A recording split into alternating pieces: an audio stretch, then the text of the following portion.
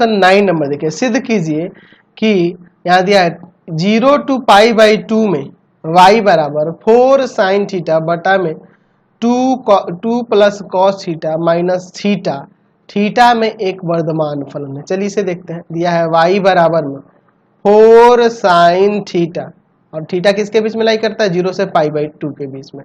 चलिए 2 plus cos theta minus में theta. चलिए इसे डिफ्रेंशिएट करेंगे विथ रेस्पेक्ट टू थीटा, तो यहाँ से डी वाई बटा में डी थीटा होगा, यही ना होगा जी। चलिए देखते हैं।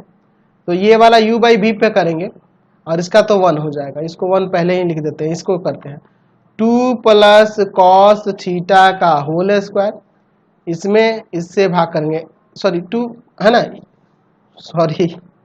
सॉरी मैं डिफ्रेंसिएशन कर रहा था, मैं एलसीएम लेने चला गया था।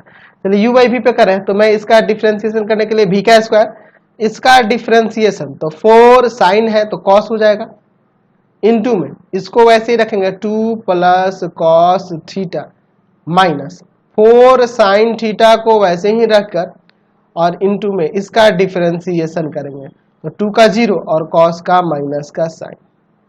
समझ गए ना? चलिए देखते हैं। यहां से हम लोग लिख सकते हैं डी वाई बटा में डी थीटा बराबर क्या हो जाएगा? 8 cos theta, 8 cos theta plus में 4 cos square theta, 4 cos square theta और प्लस में 4 साइन स्क्वायर थीटा और बटा में 2 प्लस कॉस थीटा का होल स्क्वायर, और यहाँ -1 है। चलिए समझते हैं आगे। डी वाई बटा में डी थीटा बराबर में 8 कॉस थीटा, यहाँ से 4 कॉमन करोगे ना तो cos square plus sine square 1 हो जाएगा, तो सिंपली आप 4 लिख सकते हो क्योंकि इस cos square theta plus sine square theta 1 हो गया, बटा में 2 प्लस कॉस थीटा का होल स्क्वायर -1। अब इसका एलसीएम लेते हैं। डी वाई बटा में डी थीटा बराबर में एलसीएम क्या होगा? 2 प्लस कॉस थीटा का होल स्क्वायर आ जाएगा 8 कॉस थीटा प्लस में 4 माइनस 2 प्लस कॉस थीटा का होल स्क्वायर। चलिए आगे सॉल्व करते हैं। डी वाई बटा में डी थीटा बराबर में 8 कॉस थीटा प्लस 4 माइनस, यहाँ पे इसको a प्लस बी के होल स्क्वायर पर तोड़ दो तो आ जाएगा 4 प्लस 4 कॉस थीटा प्लस में कॉस स्क्वायर थीटा, ठीक है, और बटा में जो है वो रहने दो 2 प्लस कॉस थीटा का होल स्क्वायर। चलिए आगे सॉल्व करते हैं। डी वाई बटा में डी थीटा बराबर में हो जाएगा 8 कॉस थीटा प्लस में 4 माइनस 4 प्लस माइनस माइनस हो जाएगा 4 कॉस थीटा, और यहाँ भी plus minus minus cos square theta बटा में 2 प्लस कॉस थीटा का पावर होल स्क्वायर, है ना है। तो देखो यहाँ 4 से 4 कट जाएगा। डी वाई बटा में डी थीटा बराबर देखो 8 में से 4 गया 4 कॉस थीटा माइनस में कॉस स्क्वायर थीटा बटा में 2 प्लस कॉस थीटा का होल स्क्वायर। चलिए अब आगे देखते हैं। ऊपर कुछ कॉमन है, कॉस थीटा कॉमन हो सकता है।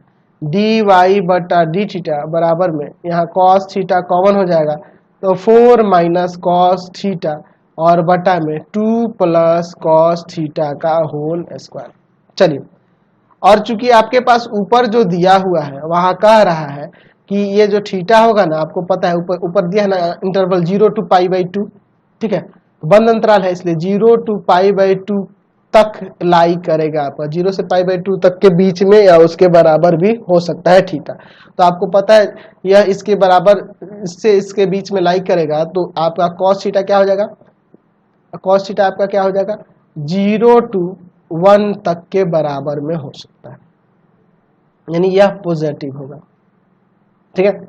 अच्छा, कॉस थीटा जब 0 से 1 तक के बीच में लाई करेगा तो 4 माइनस कॉस थीटा का वैल्यू हमेशा 0 से बड़ा होगा, जाहिर सी बात है 0 से बड़ा होगा ना जी, यानी ये पॉजिटिव होगा।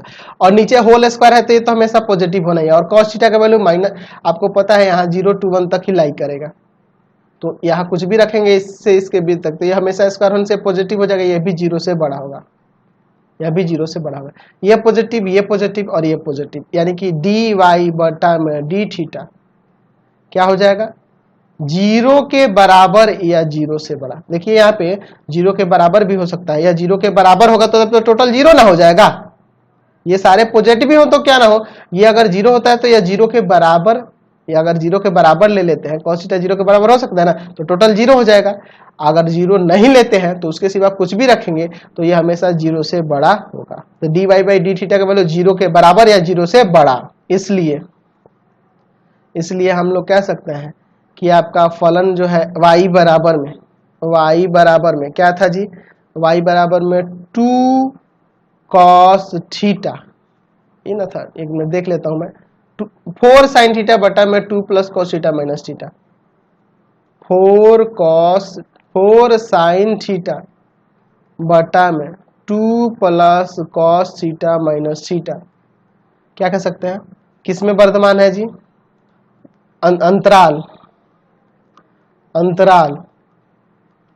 0 to पाई बाई 2 में वर्धमान फलन है, इंक्रीजिंग फंक्शन है। कोई दिक्कत नहीं है, इसे समझ गए ना। चलिए